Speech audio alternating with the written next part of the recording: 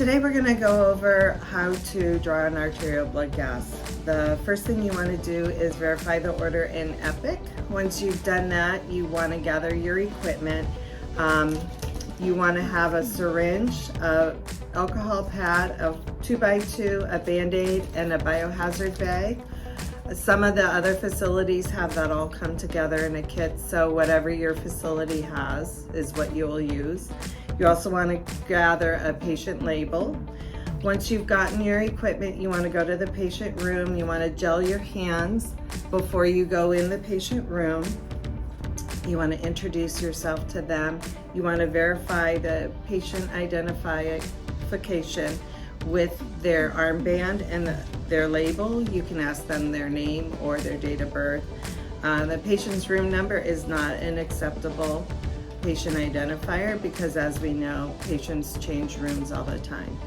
Next thing you're going to do is explain to the patient what you're going to do. Once you've done that, you're going to want to again gel your hands, put your gloves on.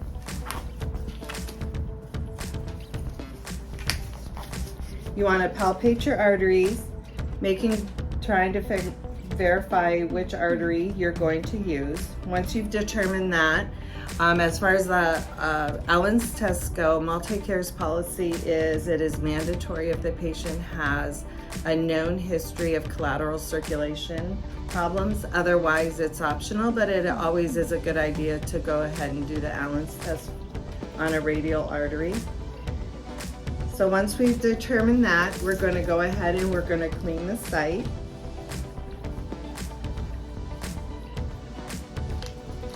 Open our syringe.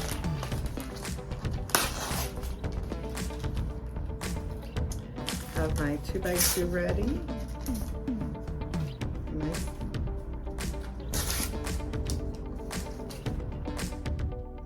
Now that you have all your equipment set out and ready, and you want to palpate your artery, once you have determined what artery you're going to use, you're going to clean it with alcohol.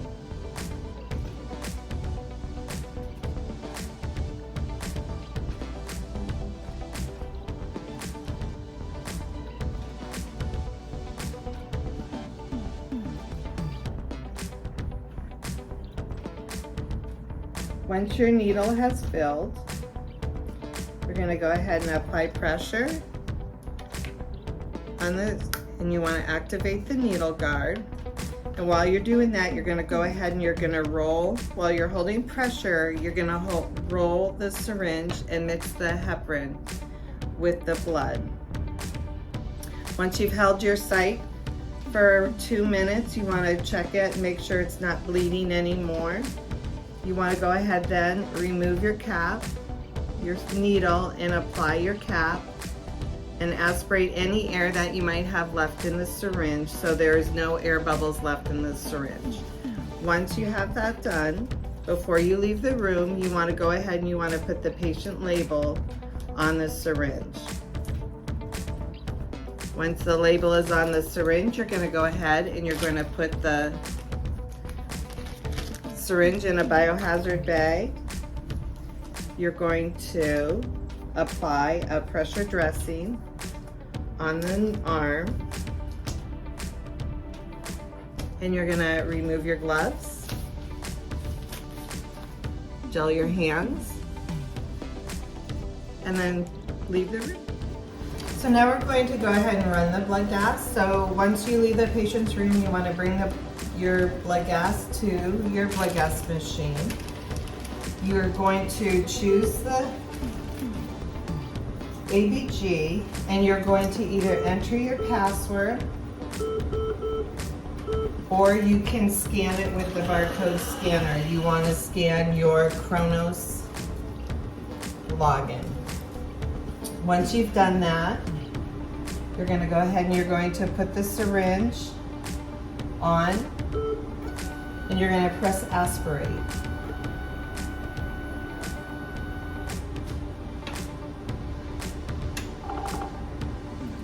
It will tell you to remove the syringe. You want to put your cap back on, remove any air that's left in the system, in the syringe. We're going to go ahead and enter the patient information. Now, anything that has a blue exclamation point is required when running a blood gas. So we're going to go ahead for patient ID. We're going to hit key entry, and we're going to scan the barcode on the patient's label. Now, if this is the first time this patient has had a blood gas for this admission, the information will not populate. If they've had more than one blood gas for this admission, this information will populate. So we're going to go ahead, since this patient has had a blood gas, we're going to go ahead and enter the information. Last name, first name, their gender, and their date of birth.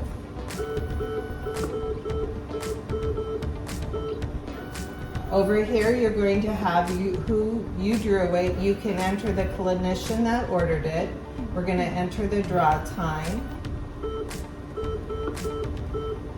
You're going to enter, yes, I did do an Allen's test, and the site that you drew it from. Once you do that, over on this side, you have the oxygen source that the patient was on. This patient, we're going to say, was on a nasal cannula.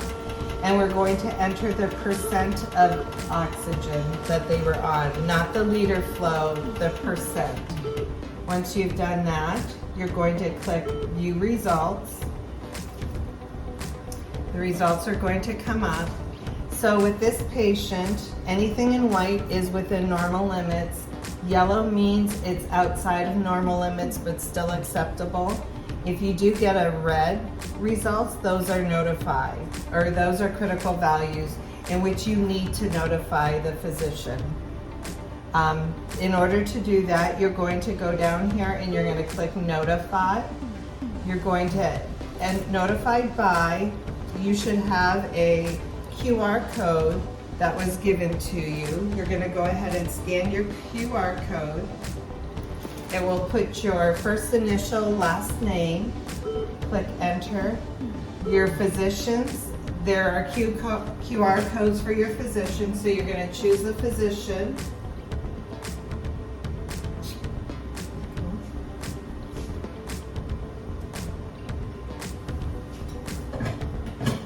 Click enter. Now, if the physician you do not have a QR code for the physician, you want to put their first initial, last dot, last name, then their credentials. The notified time, and read back verified. Now, you need to call the physician or the nurse, whoever ordered the blood gas. When it's a critical value, you need to notify them before you enter this information in. And then you need to have them read back the results to you. Once you've done that, you click OK. Once you feel that everything is acceptable, you're going to go ahead and you're going to click Accept. And then you're going to click Send.